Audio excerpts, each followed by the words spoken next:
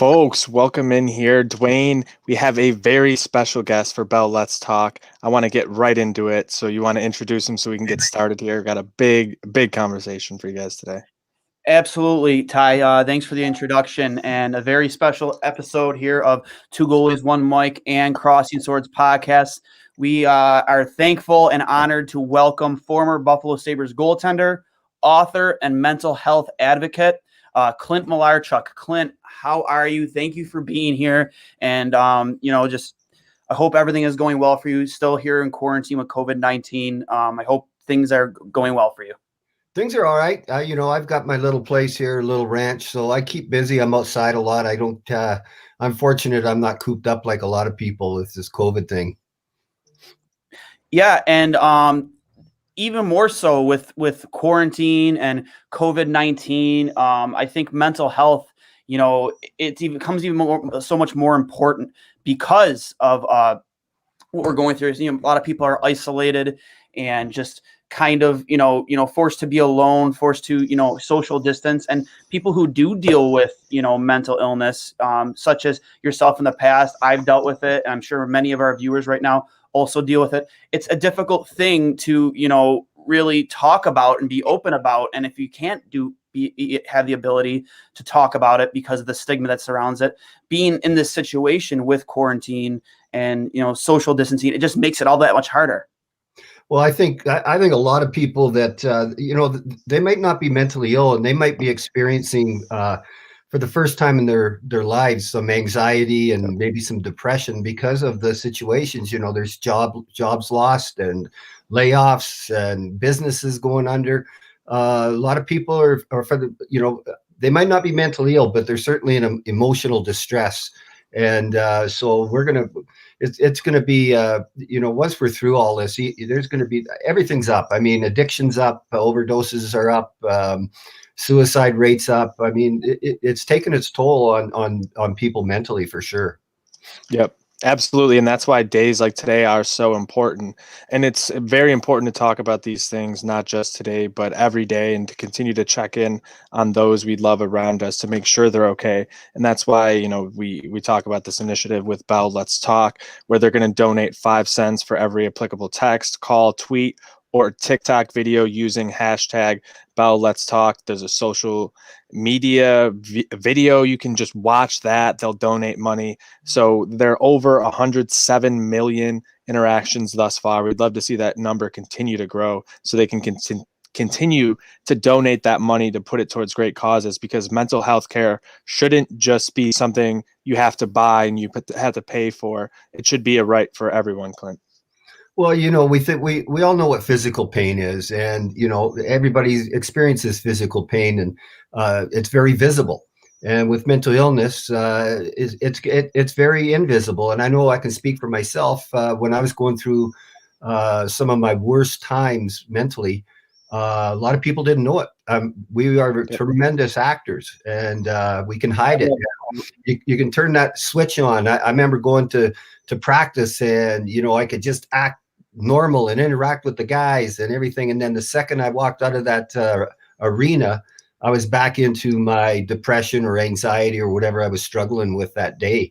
So it's great. We become great actors. I'm like Bradley Cooper, except better looking. I watched your TED Talk today that you did, and that you actually used that exact quote. You're just like Bradley Cooper, but better looking. But you know what? It dates back. I have your book. Actually, it's right behind me. A matter of inches. Honestly, one of my favorite reads. We also had Rick Vibe on our show not too long ago too, and he kind of talked about his mental. Not necessarily illnesses, but things he went through with addiction and whatnot, and how he overcame them. And it's really no joke, and it's not taken seriously enough. I've dealt with it. Me and you discussed that back on episode 20. Growing up, I bounced around from between my dad and my mom, being divorced, going through bullying, and even today, man, like it is legitimately a daily struggle. Needing those I remember we talked about you need like reassurances sometimes from people. Sometimes it seems kind of weird that when you ask for reassurances and people don't understand, like why would you ask something like that? Like why would you need that? I personally do need that a lot. lot, just from just basic friends and family members, just to know that like I'm important to you and like I matter. And, sometimes you ask yourselves, what if I do end it all? Like what if I do, take that leap, or not, for lack of a better words, and will people miss me? Those dark thoughts roll through your head. And you were one of the first athletes, at least in hockey, that really stepped forward and talked about it openly. And you stepped, I like to say, you stepped out of the shadows, and you brought the conversation to all of us and inspired people like me, especially after we talked to you in episode 20, to really have those difficult conversations and to open up and realize it's not, unmasculine to have these conversations. Well, you got to remember, you mentioned something about when you were a child, you're bouncing back and forth from mom to dad. And, maybe it was a bad, I don't know the whole details or anything, but, I know with my childhood, my dad was an abusive alcoholic, and basically you're traumatized as a kid, and it doesn't always show up right away. I know a lot of people, they're in their 30s, late 20s. It seems like late 20s, early 30s, they start to struggle, and they get help, and they find out it was a traumatic childhood. And it doesn't show up till later in life. And you get through. I know I was a real anxious kid because of the household. And, I don't know, maybe did that cause my mental illness? I'm pretty sure I got a chemical imbalance because I take medication for that. My serotonin level is low, and that's our happy chemical and one of the mood chemicals. So I need to take an enhancer to boost my serotonin levels up. But it's what life brings us. I think a lot of times we all have ups and downs, and some more than others. And I really believe that the childhood that people are raised in, what they experienced, and it affects us. It affects us later, and it's trauma is what it is. And trauma doesn't always surface the day you have it or the week you have it. With a lot of kids in a bad home or something, or a combative home, or addictive home, addiction use, addiction issues, it's a cumulative trauma. It doesn't, it's not like one big event. It's event after event after event after event. And so a lot of times I use that word trauma. I overuse it because people that have trauma usually struggle somewhere later down the line. Yep, that's one big thing, because most people don't want to bring that up. They generally hide that, and they try to put it in a spot they're never, going to go to in their mind, and then it always ends up sort of resurfacing, and in sort of the weirdest moments, even for some people, like being a professional hockey player, you're thought to have the entire world and everything there, but you still can't escape those things because they're still there in your mind, and it can resurface at any point. That's why you do need, there's nothing wrong with going to see a therapist to talk things out, whether it's weekly or monthly or what have you, because it's always it's a better thing to talk about it than not to. Well, talking about it, yeah, absolutely. It can lead you to, well, it's the beginning of healing, really. When you share it with somebody, you're really cutting it in half, and you don't have to carry the burden. And a lot of times you get a different perspective on things. Like with me, my ruminating thoughts and everything. You talk to a professional, and they can kind of walk you through it and say, why are you doing this, or why are you thinking this? And I'm very generalizing, but that I suffered as a kid, and then it kind of went dormant. In my 20s, I wasn't so bad with the anxiety and depression, but it was there. And then my trauma, when I cut my jugular vein playing for the Sabres, that changed my life. That absolutely changed my life, because it was a trauma that I thought I was dying, and I prepared for death. And I came back quick. I never saw a counselor. It wasn't even brought up, and I didn't think of it either back then. And, what happens is that trauma, I was probably predisposed to mental illness, or had it somewhat. But a big trauma like that, makes everything explode. And I didn't know any of this back then. I learned this way later, way later on, that, all of a sudden I got PTSD, undiagnosed. Like no one even brought that up, that, you know, you almost died. Maybe you got PTSD. Never, it wasn't brought up for ever. But the next year after that jugular vein, that's when I just, yes, I had obsessive behaviors as a kid. Yes, I had depression and anxiety, but now it was to a degree, a magnitude that I was out of control. I was totally out of control mentally. It's funny, guys. I was going through, I don't know, I stumbled across it or somebody sent it to me. It was my last game as a Sabre. And it was incredible how the game was played back then. I was run over literally 4 or 5 times. It's on YouTube, I think. It's really interesting. But I posted on Facebook. I said this was my last game in the NHL. You know, I ended up going to the minors the next year, and I posted something like, nobody knew how sick I was, and I didn't even know what I was battling back then. And I was a mess. And I played that game. I'd been off for 2 months with my mental illness. It was my first game back and my last game in the show. But yeah, it was on YouTube, and I don't know how you'd find it, just Malarchuk, and you know, it's in there somewhere. But we were playing Quebec. Yeah, and one of the things I was thinking of today while I was at work too is, you know, after reading your book and then watching the TED Talk you did earlier, one of the things that, you know, you said that your calling, you know, growing up was always to play hockey. You loved hockey, like that was your life, and you know, anybody who's read your book knows that. I almost feel, and you know, stop me if I'm wrong, but after everything you've been through, like everything that you've gone through and you struggled through and you've survived, like literally survived to be where you are here now today, you know, talking about, do you feel like almost what you're doing now for, you know, being like not even just an advocate for mental health, but you're a champion of mental health in my opinion, because you again, you were one of the first guys to really bring this conversation to the forefront and say, hey, it's okay to talk about this, especially when you did your thing with the Players Tribune, and then you did, you know, your book, and just being open, talking openly about it.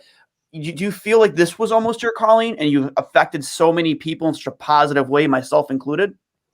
Well, yeah, absolutely. I feel it's my purpose. You know, I figured out a quote. I like it. Our purpose in life is to figure out what our purpose in life is. It took me 50 years because it was hockey. I wanted to be. I thought that was my purpose. It was be an NHL goalie, and then I was fortunate enough to be a coach in the NHL for many years.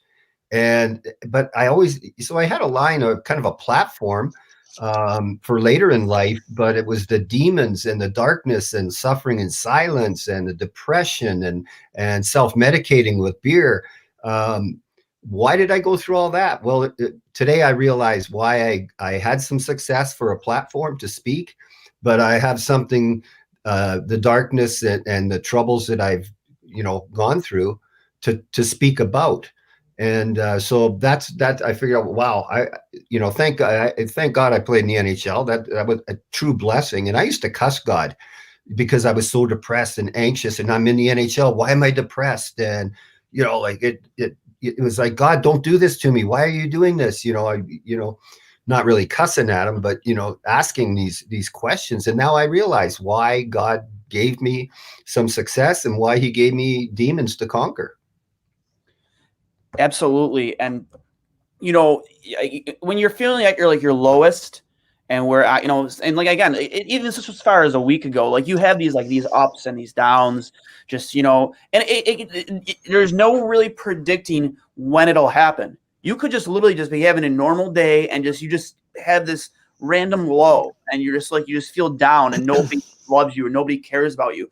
And that it's just, you know, it comes out of nowhere, and I've dealt with that. I still, like I said, I still deal with that. I'm sure, you know, and even, I guess like the most difficult part about it is, and I'm one of those people who maybe hasn't gone out and sought help for it, because, you know, I've been kind of dealing with it my own way. And I don't agree with people who try and like grade different levels of mental illness, because we all have different things that we deal with, you know, whether it's from a traumatic experience or just your upbringing, or again, you know, as you spoke about it in your book and in your TED Talk, chemical imbalances, you know, there's a lot of people out there who maybe realize they're going through it, but choose not to go handle it either correctly, maybe try and handle it in-house. You know, what would you say to people who maybe just need that extra push to really just, you know, take that step to go get help?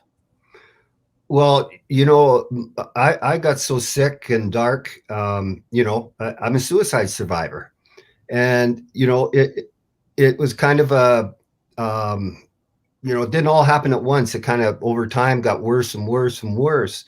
And I don't want people to go down that same road that I went down because of the stigma, you know, because there's still the stigma that this is some sort of weakness. And it's not, it's a sickness. It's a sickness like any other sickness, you know, and it can be cured and helped. So, you know, my message is, you know, don't go down Clint Malarchuk's road and put a gun to your head. You know, don't get that sick, because I think it kind of is a little bit progressive too. If you don't nip it or you know, handle it, it seems like it snowballs. It snowballs, and you know, mine snowballed real big, and you know, led to a suicide attempt. And so I try, you know, I'm not embarrassed of that. It's part of what happened in my life. A lot of people will judge anybody with suicide. They think they're cowardly or, you know, taking the easy way out. Or, you know, I was so sick, I didn't even know what I was doing at that day, really. And the other thing is, a lot of people try to handle it with self-medication, drugs and alcohol. Yep. But the thing is, like for me, that worked. I mean, if I was down, I could have a couple beers and be happy.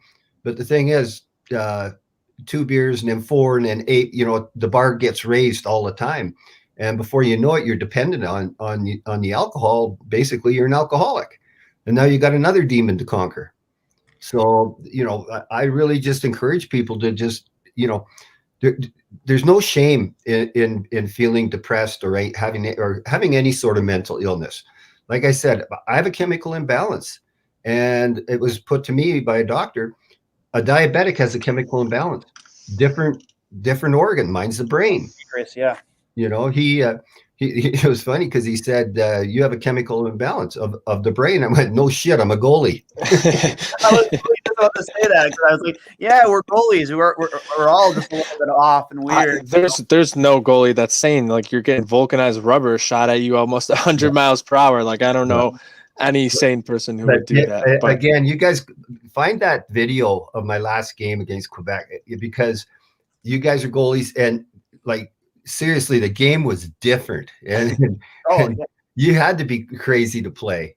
Yeah, I you know, it's guys like you too. You know, you see, again, I think more today than ever, you do see people trying to, you know, take mental health more seriously, especially like, again, this past year more than ever. You know, I know a number of people who have, you know, felt isolated during all this, and you know, I do my best to help. I do my best to, you know, reach out when I do know that they're going through that, and, you know, be there to talk to them. One of my best friends, who, I won't name him out of respect to him, but, you know, we had a very candid conversation recently about, and again, this is a guy I grew up with and I played hockey with, who, you know, he tried to take his own life, and I had no clue. I had no idea at all. Yeah. You know, that he went through. And we talked like for about an hour and a half about it. And, you know, me and him are closer than ever right now. But again, that guy was like one of my best friends, and somebody that I grew up with and I played hockey with. I didn't even know that because he was afraid to talk about it. And, you know, you just don't know who's going through what. And sometimes all it takes is not even just noticing, just maybe seeing someone's a little off. Maybe they're not as active, you know, with you and your friends. Maybe just ask, like, hey man, is everything all right? Is everything okay? And maybe that person will open up to you, like my friend did. And, you know, again, I look at kind of the way Robin Lehner, you know, goalie, you know, former Sabres goalie, and, you know, now with the Vegas Golden Knights, he came forward and talked about like his experiences in Buffalo. I really do believe without people like you, he doesn't have the courage to come forward and talk about and confront it the way he did. Well, you know, I think the more people and the more high profile people that we have talking about it, and your friend, you didn't know it because he didn't tell you, but what a great actor, huh? He was putting on the act to cover up what inside. Like, I remember one time sitting on an airplane with a rookie, And he looks at me and he says, "How do you do it?" And I go, "Do what?" And he goes, "Like you're confident and you're funny and you're outgoing." And I looked at him and I said, "Kid, if I had a zipper in my belly right here, I could unzip it. You'd see a 3-ring circus going on there." It's true. Seriously. It's, again, man, you never know what somebody's going through unless you ask. And even if you ask, sometimes it's difficult to get it out of them. Not that you're trying to force that out of people, but, and Tybee, you were going to say, chime in and say something. No, yeah, like that's how I am. Like I'm always like you can never read my emotions, any of that, but like I've always struggled with anxiety. Like when I try to sleep, my mind just always races. And like it was never a bad thing generally as a kid growing up, you're thinking about whatever. But then, you get older, I'm in college and I have family stuff going on at home and this and that, and you can't be there. And then, you're in that party culture. It's just, I'm going to just drink myself to sleep. It is what it is. And then things, begin to pile up and you realize it's becoming an issue and you have to face some of those things. And, without some of these people that were around me and some of my friends, like I never would have realized that and, bounce back, but you still, every once in a while, you think back to those times and you have those moments like Dwayne talked about earlier where you got to fight it again and you might need that positive affirmation. Like sometimes, one of my buddies, well, Kanzi, I know he's very candid about a lot of his mental health stuff. I know sometimes he'll double ask me something or triple ask me all the time for permission, and he just needs that affirmation. Like he knows he's doing right, and he just needs like, hey Joe, like I believe in you, I trust in you. And sometimes, we need that. We need to be a little bit more loving and more caring to our friends and the people around us, because especially in the locker room culture and in the sporting culture, we bust each other's chops a lot, but that's mostly, out of love. But don't be afraid to say, hey, I love you too, bro. Or, hey, go check in on someone when they got something going on at home or they look down a certain day. Don't be afraid to check in on your friends, especially. Well, I've got kind of a phone list of people that I met through my journey, and they struggle. And actually, I still struggle too. I have days where, and I get bouts of insomnia, Ty. I mean, oh my God, maybe an hour or two a night, and that'll go on for a week sometimes, and I'll crash. I got friends that check in on me, and I check in on them. And it's funny, we're all kind of like relate to mental illness because we've had it. And I've met them. They're speakers or whatever I met in my travels, and we all relate and we do check in on each other. But it's funny. I've got a kind of a toolbox too. Yes, I do take medication, but there's other things that I do. Like I'll sometimes, I think. So when I get my insomnia, so I'll get it and I'll fall asleep at 6 a.m. and sleep till 8.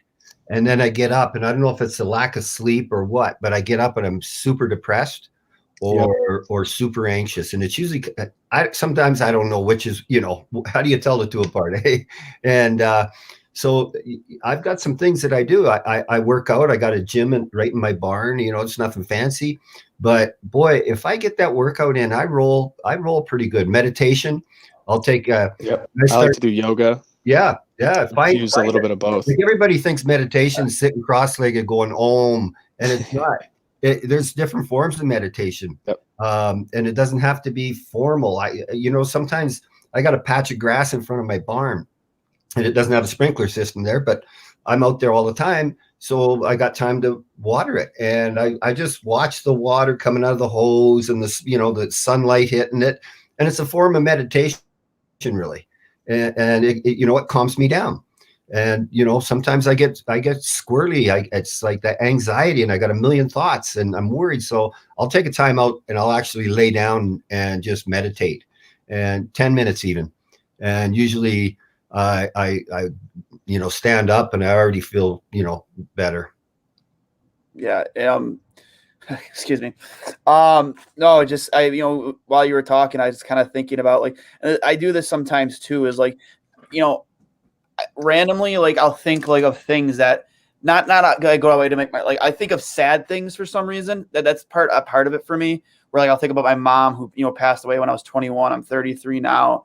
And the life she lived, she went through a lot of different mental illness. I don't feel embarrassed to say that, because, my mother was a warrior, and in my right, a champion of overcoming a lot of the things that she went through. And, unfortunately she passed away when I was 21.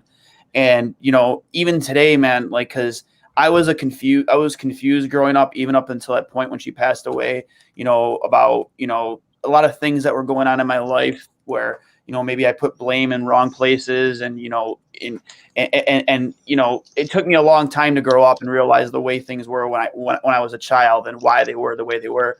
And, so you kind of take it back. And this is part of it too, is I take a look back. I was like, was I really like a terrible son? Was I like a horrible kid? Like, for the way I kind of like looked at my mother, and like not looked at negatively on her, but like the way things ended up, maybe I put blame where it didn't belong. And all she'd ever did was love me, and like care about me, and just, always was there for me. With, she didn't have a pot to piss in, but she'd give the shirt off her back to me if I needed it.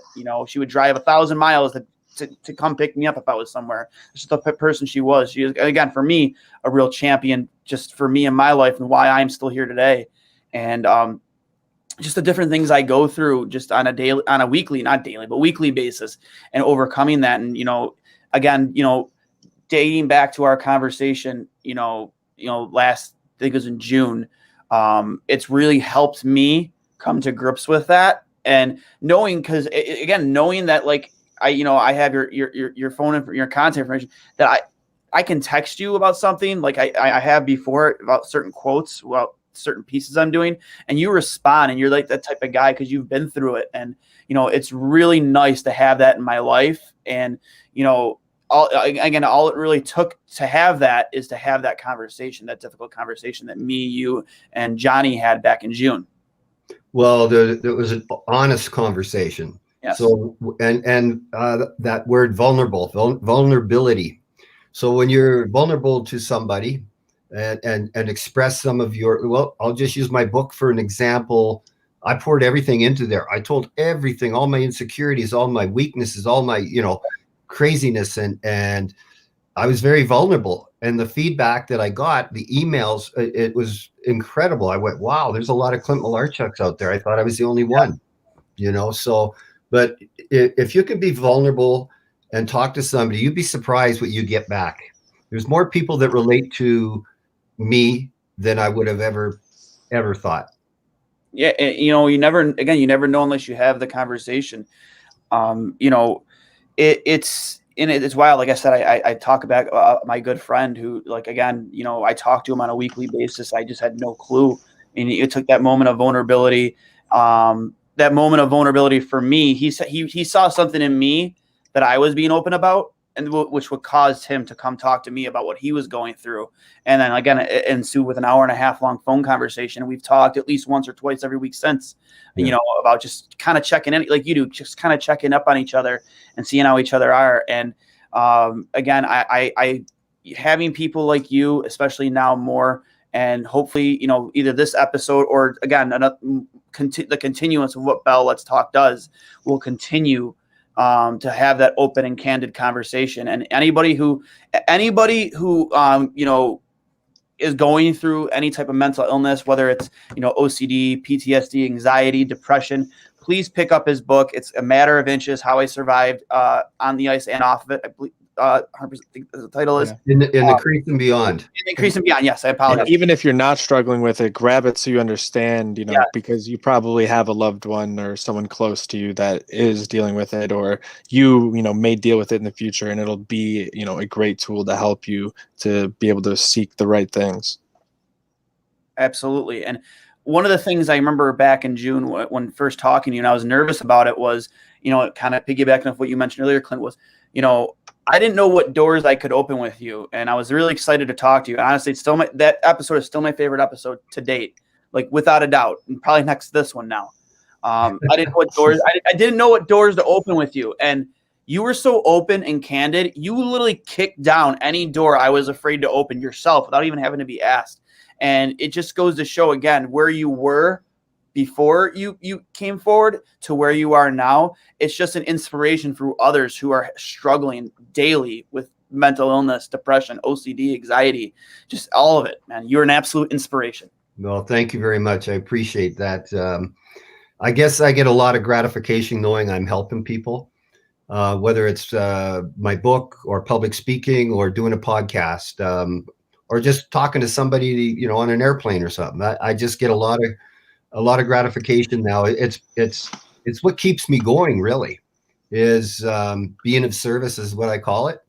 And that's the greatest feeling in the world, knowing, and especially with mental illness, you know, people are alone, they're in the dark place and they're doing it in silence. And if you can open up that conversation like we're having, and Bell, let's talk, what this day is all about, it's very powerful stuff. Yep, absolutely. Make sure you guys are using the Bell Let's Talk hashtag all day on social media, retweeting all the things, watching the videos, do whatever you got to do. Keep running those numbers up. Make Bell pay to continue to support everyone's mental health out there. Make sure you guys are staying, you know, happy and healthy in your own lives. Check up on the people you love. Dwayne, any last thoughts before we sign it off and get ready for the Sabres pregame? Nothing. Clint, have you been keeping up on hockey at all with the NHL? I know you're a busy guy out there on the ranch, but have you been? I do.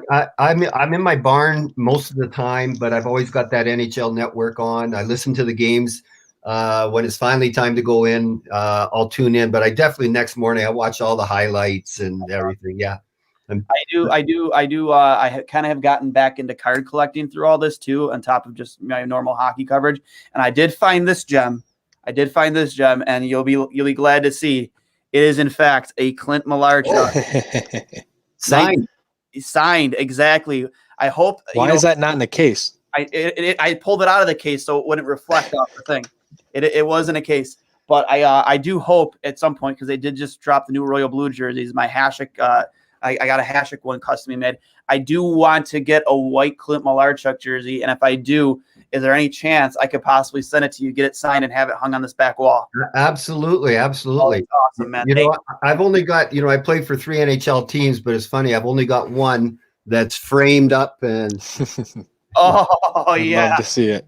You love to see it, man. And you know what? When you find yourself in Buffalo again, please make sure we know, because wings, all the food, all the great food in Buffalo, it's all on us. I'll hold you to that, guys. Oh, yeah. Awesome. Thank you again for joining us, Clint. Make sure you guys support, again, Bell Let's Talk, hashtag it on all your social medias. Make sure we make Bell put their money where their mouth is. Thank you guys again for joining us. We'll be signing off, and stay tuned. Pre-game show coming in the next 10 minutes or so. For myself, Ty B, Dwayne, and Clint Malarchuk. Bell Let's Talk.